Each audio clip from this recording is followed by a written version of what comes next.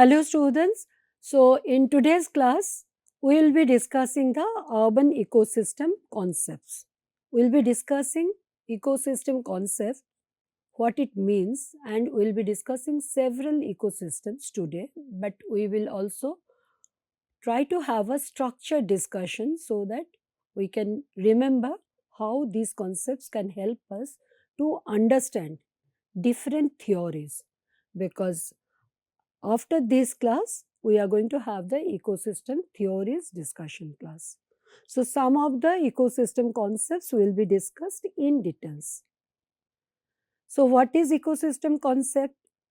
These ecosystems are very complex. We understood that already. There are biotic organisms which are interacting with each other, and also their abiotic environment.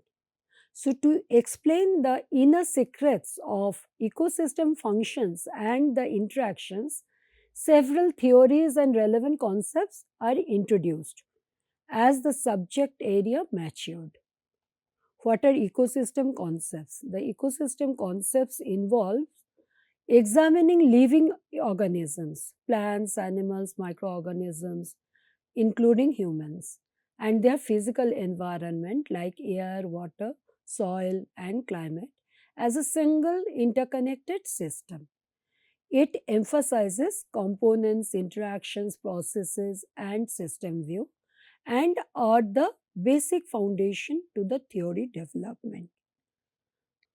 So, to understand this complex ecosystem, we break them down into three key areas: structural units. We know structural units, biotic and abiotic. Next area, key area is the functional units, the processes and interactions within the system, trophic levels, food chains and food webs, nutrient cycling, ecological succession. Do you remember all these we have discussed earlier? And the third key area, which will be important for this ecosystem concept discussion, that is the system states, dynamic states, that the condition or phase of any ecosystem. It can be at a growing stage, or maybe it has reached the climax, so balance stage, or aging or decaying stage. So let us see how it shall look like, that matrix. If we go for the system states and the structural unit, the functional unit, and the miscellaneous, where everything can come. We have looked at these concepts and tried to bring under this particular framework so that it will help us in systemic approach to understand the ecosystem dynamics across different states and organizational levels. This particular concept matrix will allow us for systemic analysis by cross-referencing different ecosystem states with structural and functional components. System states and the structural and functional components. Identifying relation between growth phases and ecological processes. We will also try to understand the transition between different system states and organizing complex ecological concepts into manageable categories.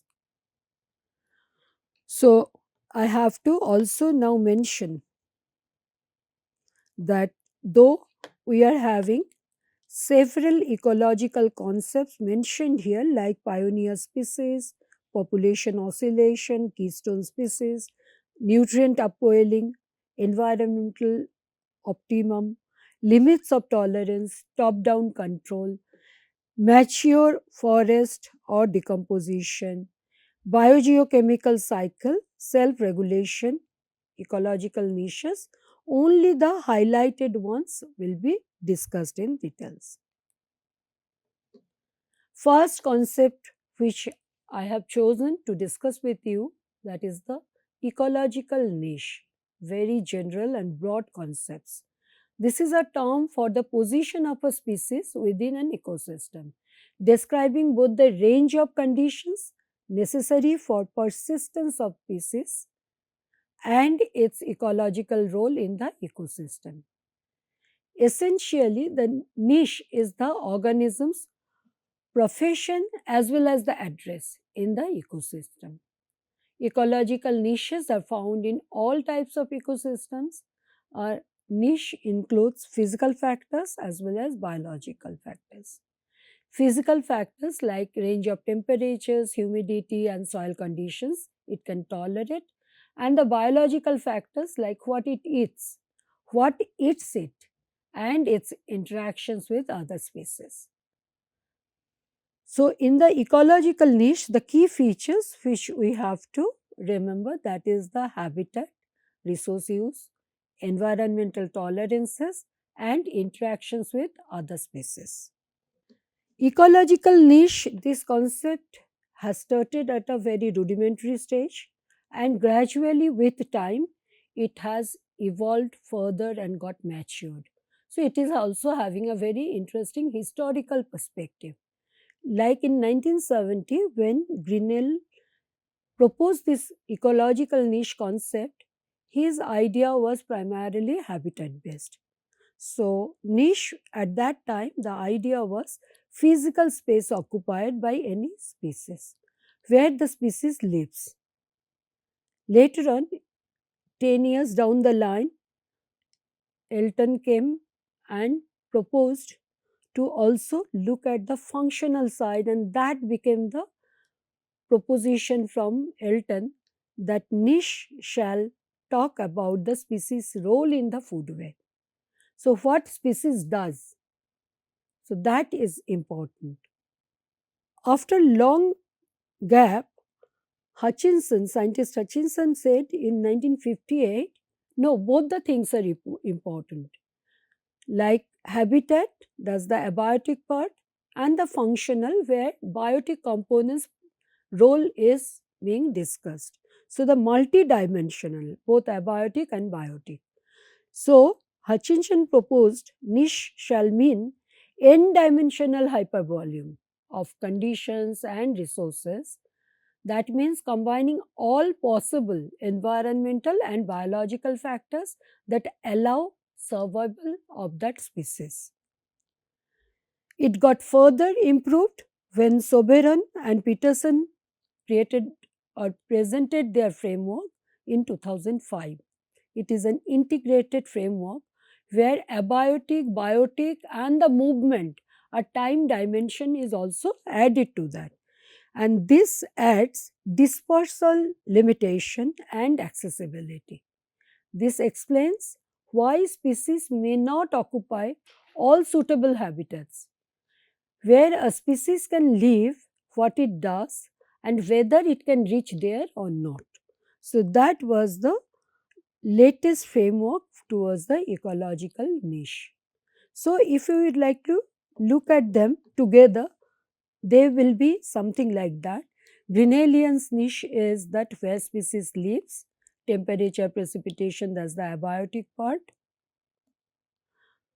And Eltonian niche is the biotic components, that is the parasitism, what species does. Then Hutchinson said no, they have an overlap area. Biotic interactions limit the use of abiotic. And later on, this concept further got improved, and Soberon and Peterson framework promoted this dispersal limitation as well. So, that's the way we can remember this historical perspective of ecological niche concept. There are also very important ideologies attached to ecological niches, like fundamental niche and the realized niche. Let us first understand this particular image, that environmental dimension 1 and environmental dimension 2, any different type of environmental dimension they can be. Like one side it can be the soil condition, another side it can be the nutrient condition or temperature, and you have a population for a species here which is within this boundary. And these polygons, each one of them, are showing a potential individualized niche, that is the fundamental niche. And this small dot in between of each one is the realized individual niche. Now let us see what that means. Fundamental niche is the full range of environmental conditions under which a species can survive, grow, and reproduce without competition or other biotic pressures.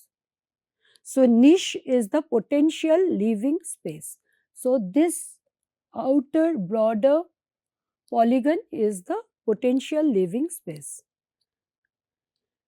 Example is cactus can live anywhere where it is having that warmth and the arid condition and lot of sunlight, even beyond its current desert range.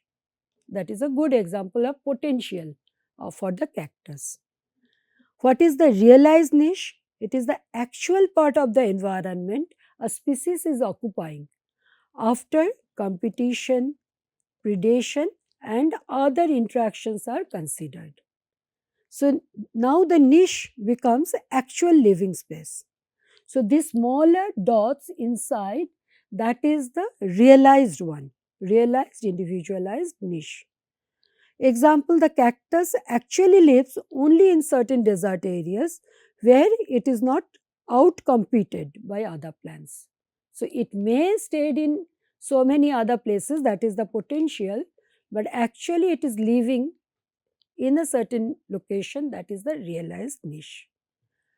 Ecosystem concepts, keystone species. The next one we will be discussing. That is the, let us first go for the definition of keystone species.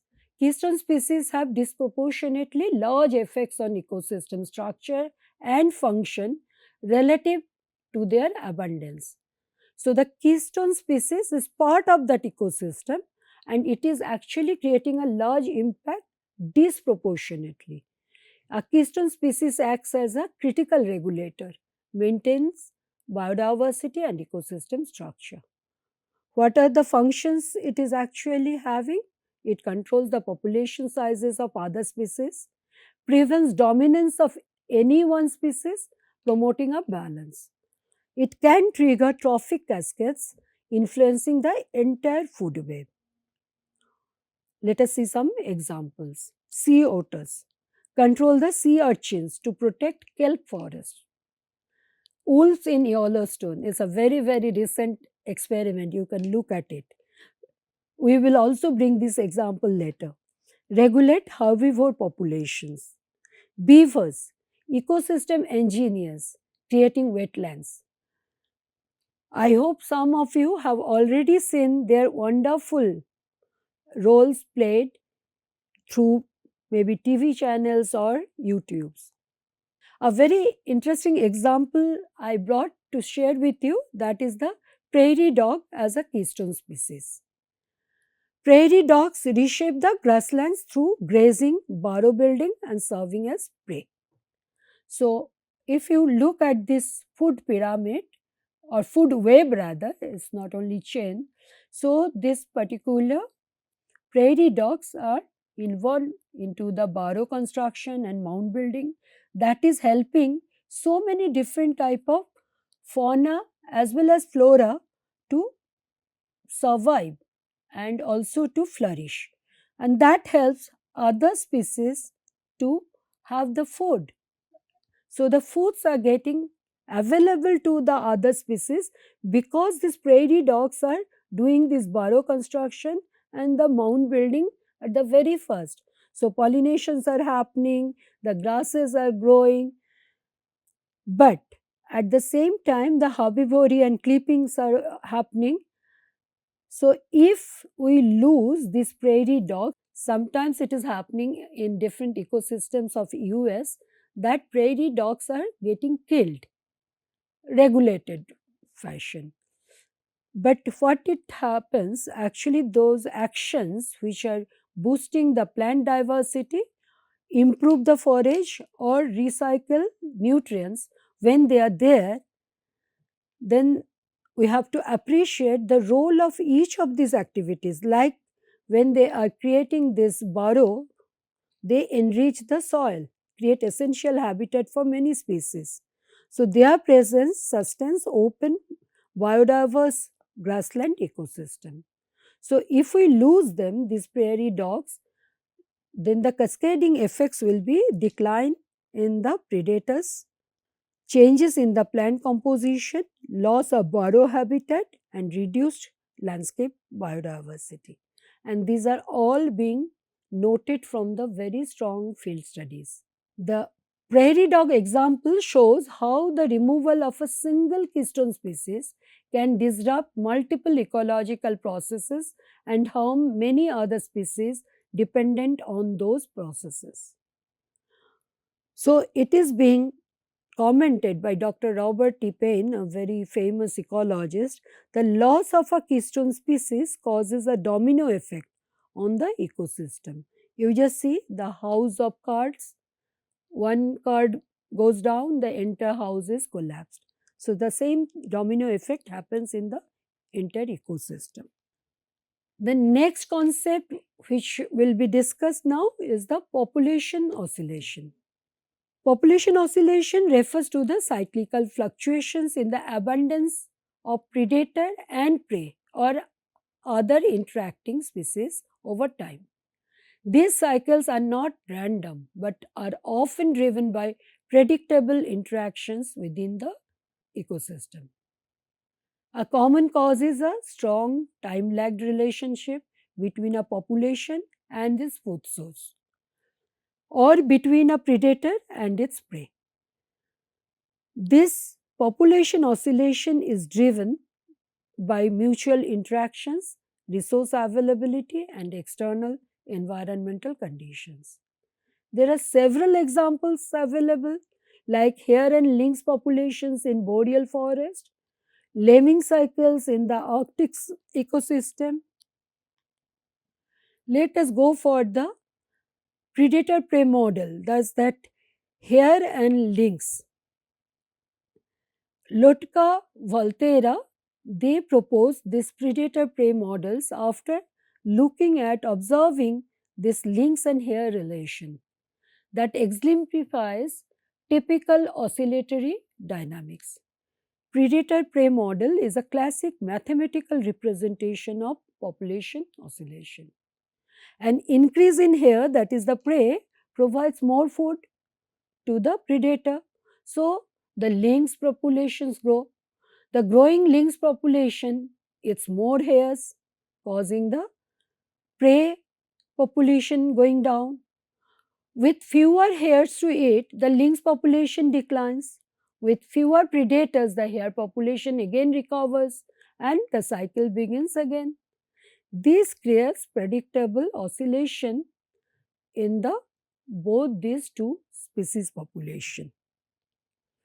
The next concept we will be discussing is the nutrient upwelling. You remember in the previous previous discussion, I was mentioning upwelling during the desert ecosystem discussion. This is a process by which deep nutrient rich waters rise to the ocean surface, which is generally nutrition depleted. Generally, this is driven by wind and it supports high productivity. Upwelling zones provide critical nutrients like nitrogen and phosphorus that fuel phytoplankton growth, the primary producers for marine food webs. Upwelling areas cover less than 1% of the oceans but contribute nearly 50% of the global fisheries catch due to high productivity. So, the role of this upwelling is very critical to sustain food webs, particularly in marine and freshwater systems. Now, let us understand what is this upwelling. A thermocline and nutricline, that means where there is a distinct gap between the temperature, that is a thermocline, and nutricline is similarly the difference in the nutrition levels that separate the warm nutrient deficient upper layers because it has been utilized already from the cool enriched layer below. You just look at this one, this figure, the normal conditions.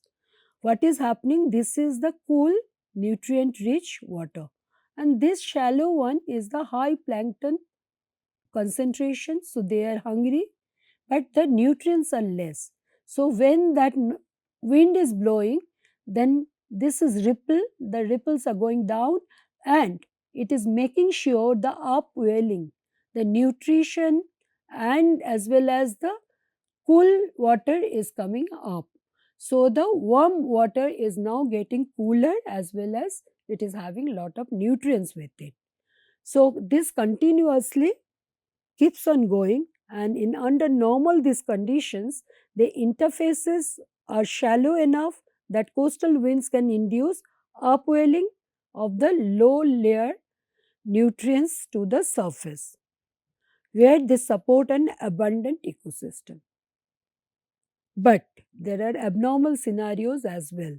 All of us, we have heard about El Nino. What El Nino does, that also probably we know. But let us look at the process in detail.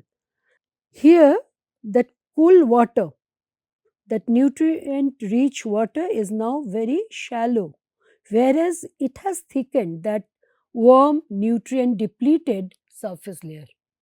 So, even if there is the wind blowing, it is not really reaching up to that depth where that nutrient rich cool water is lying.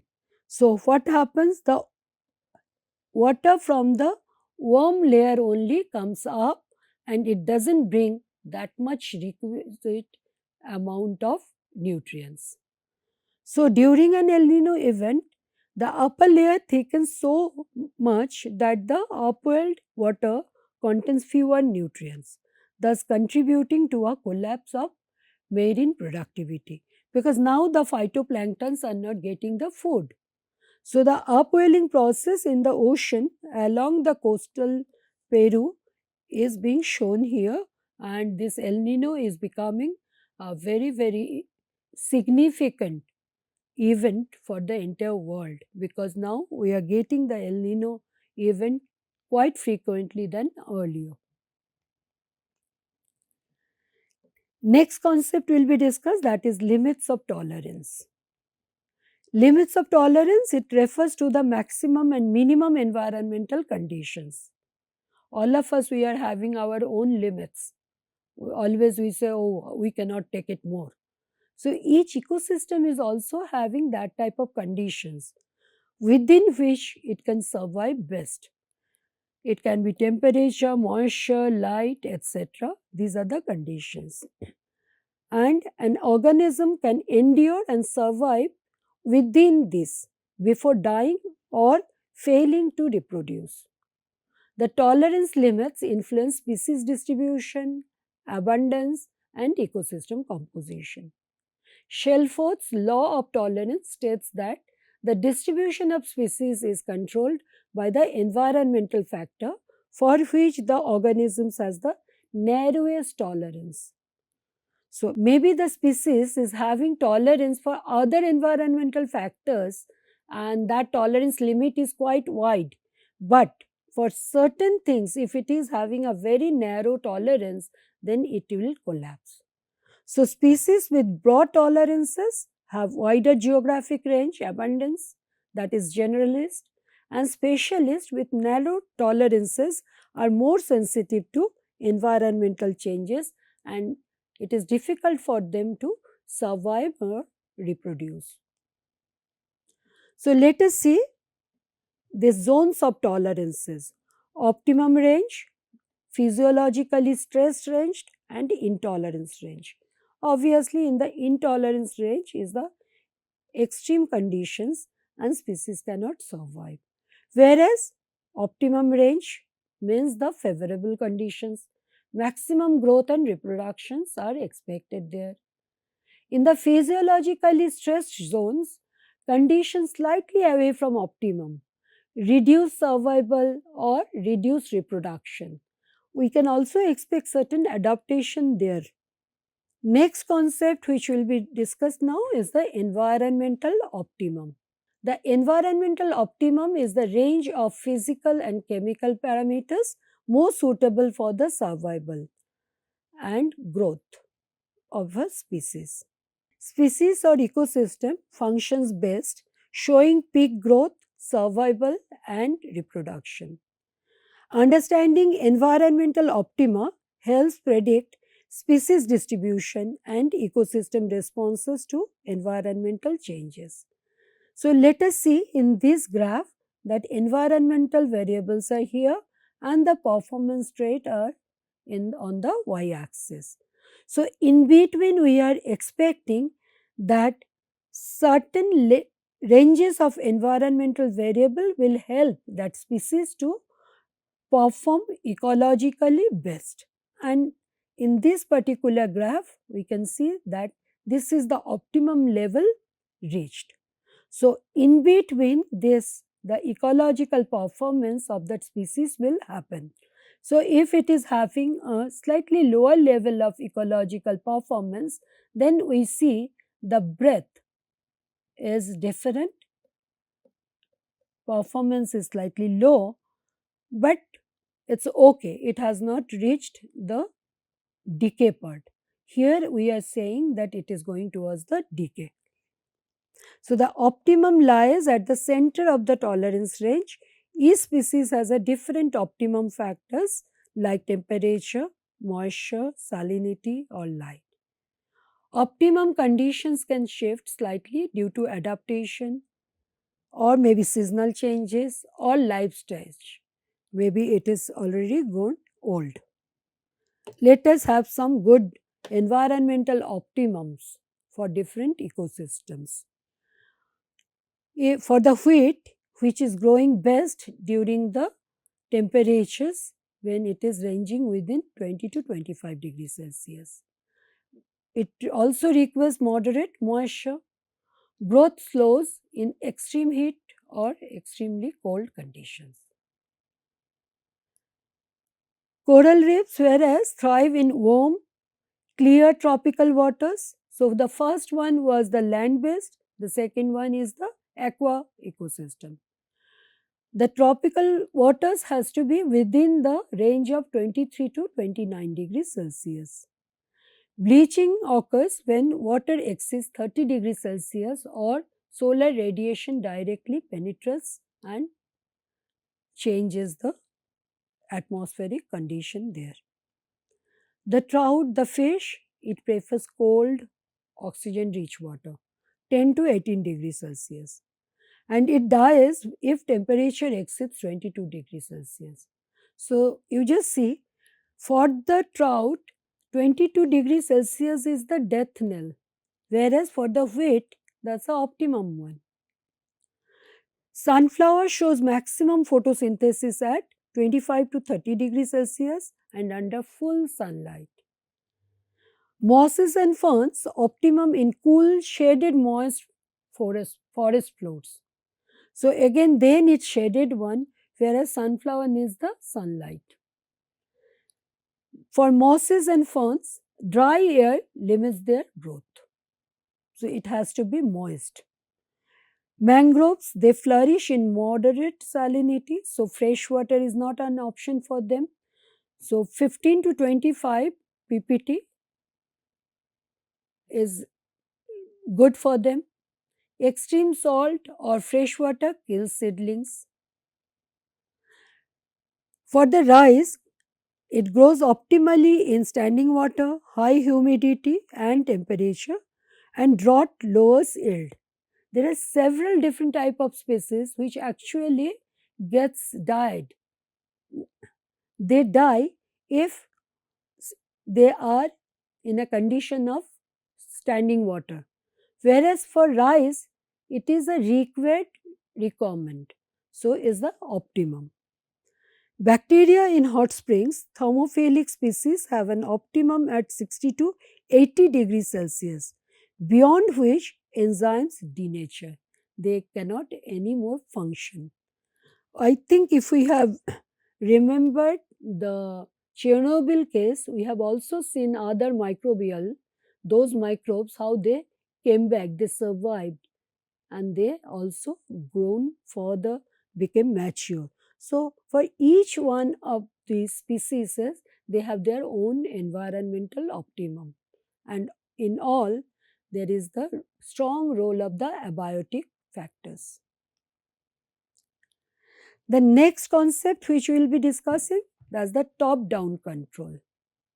We human beings, we love in systems which are the top-down control. Top-down control occurs when predators, upper trophic levels, regulate the populations and dynamics of organisms at lower trophic levels.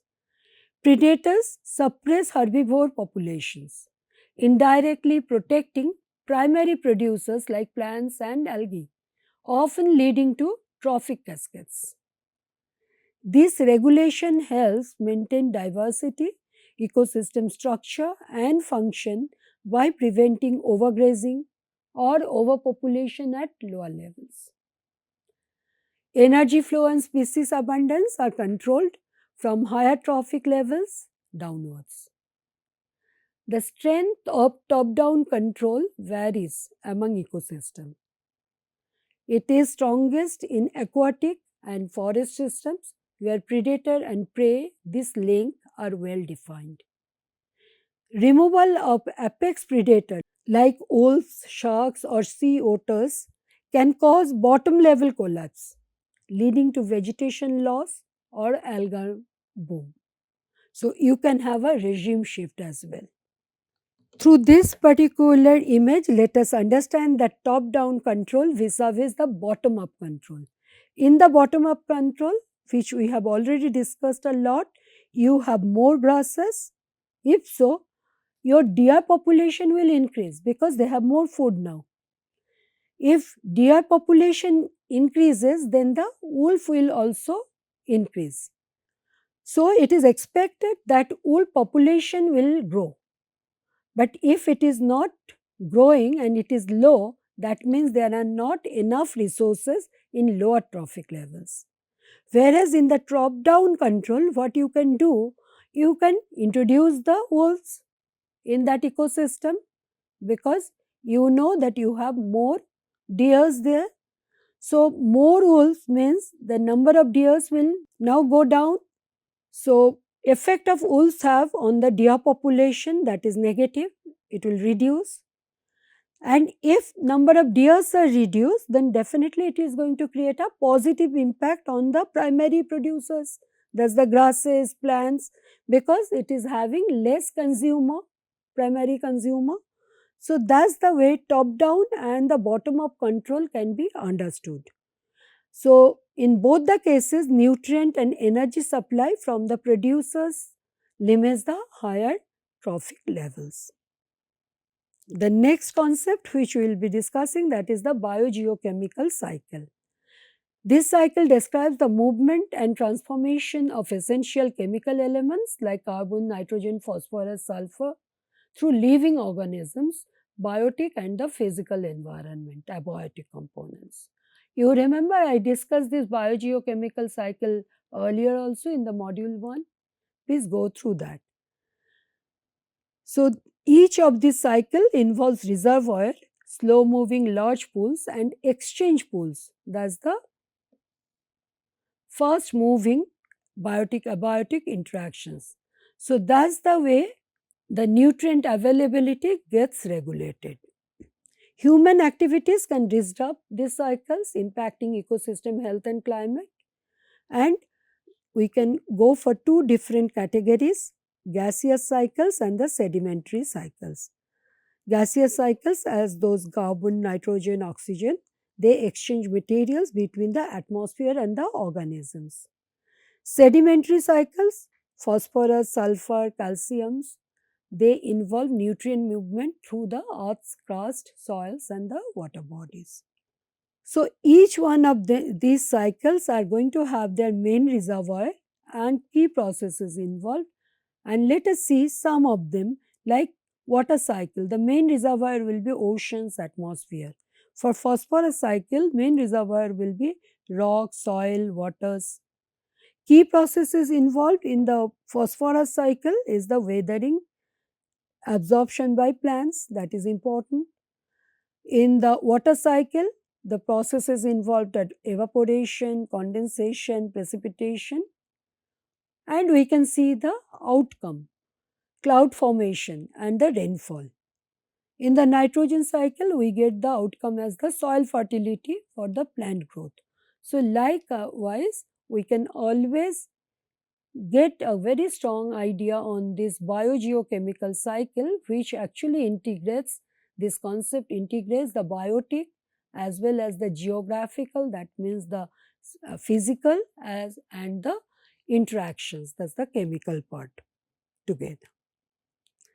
The carbon cycle here is a wonderful example for this biogeochemical, and we can see here the presence of ocean, the body which can keep it, also the atmosphere which can reserve the CO2, and how the CO2 moves through this cycle, and there are different processes involved in it. So, please look at this particular graphics. The last ecosystem concept we will be discussing is the self-regulation. Is a natural ability of ecosystems to maintain stability and balance through internal feedback mechanisms.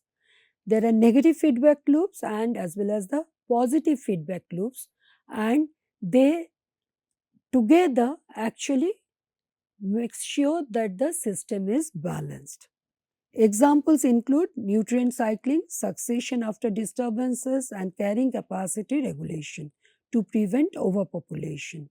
Human activities always impact them.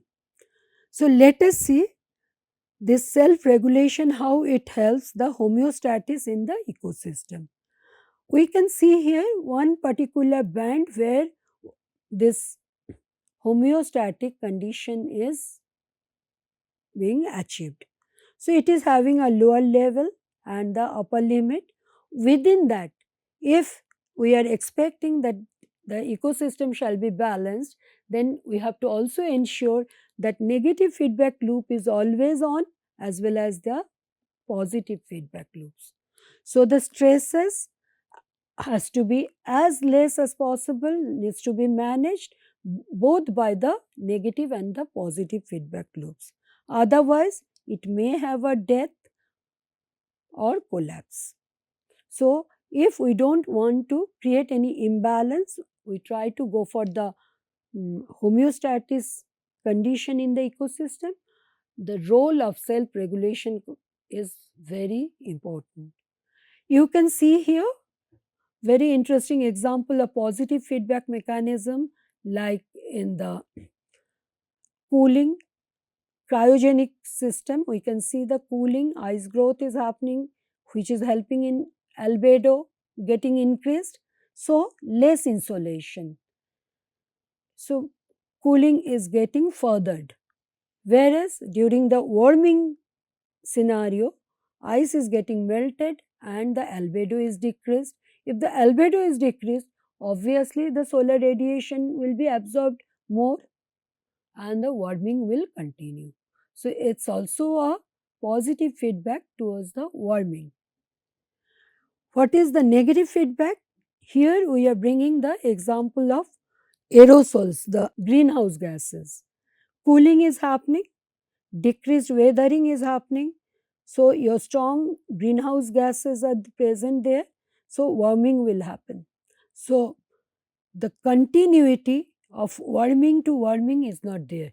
It was initially having the cooling, now it is going for the warming stage. So, that is the way the negative feedback mechanism is in place in this case. So, both are important to keep the self-regulation in the system. So, in today's discussion, we have discussed the fundamental concepts and we have tried to understand some of them in details. References are there, please go through them, and thank you.